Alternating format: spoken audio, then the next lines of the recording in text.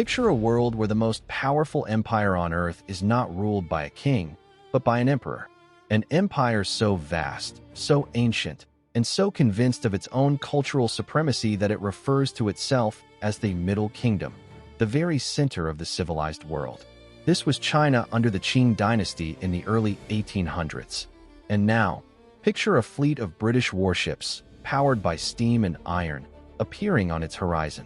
What happens when an immovable object meets an unstoppable force? The collision would shatter a millennia-old worldview and ignite a humiliation so deep its scars are still felt today. I'm Ibnul Jaif Farabi, and this is Empire Builders. For centuries, China's relationship with the West was conducted on its own terms, through a single port in Canton. European traders, desperate for Chinese tea, silk, and porcelain, had to pay in silver. The balance of trade was massively in China's favor. They wanted nothing the West had to offer. That is, until the British East India Company found the perfect, sinister commodity, opium. Grown in India, shipped to China, it created a craving that reversed the silver flow. Millions of Chinese, from peasants to officials, became addicts. The Qing emperor, seeing his society rotting and his treasury bleeding silver, finally acted.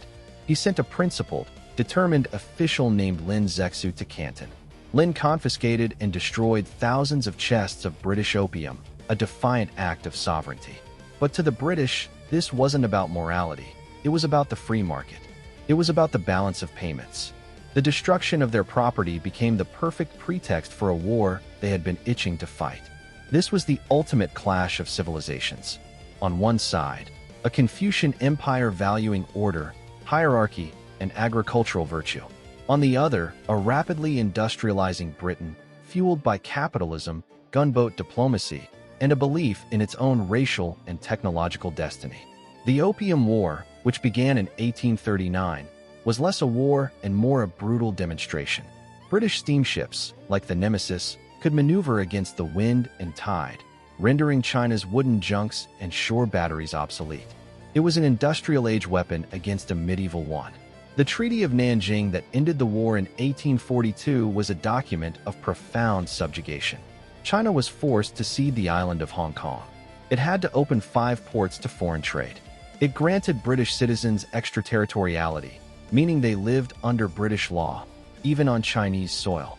And it paid a massive indemnity, 21 million silver dollars, to the British for the opium they had destroyed. Think about the staggering injustice of that. You pay for the privilege of having your sovereignty dismantled. This was the first of the unequal treaties, and it shattered the Celestial Empire's aura of invincibility.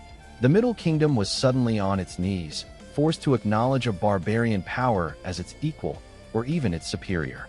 The Opium War didn't just redraw a map, it inverted a cosmic order. For the Qing, it was a psychological and spiritual catastrophe. The mandate of heaven was now in question. The decades that followed spiraled into further foreign invasions and the catastrophic Taiping Rebellion, which would claim tens of millions of lives. The trauma of this century of humiliation became the defining drive for modern Chinese nationalism, the burning need to restore the nation to its rightful place. It's a story that always leaves me, an engineer by trade, reflecting on the nature of progress. The British didn't win because their cause was just. They won because their technology was superior.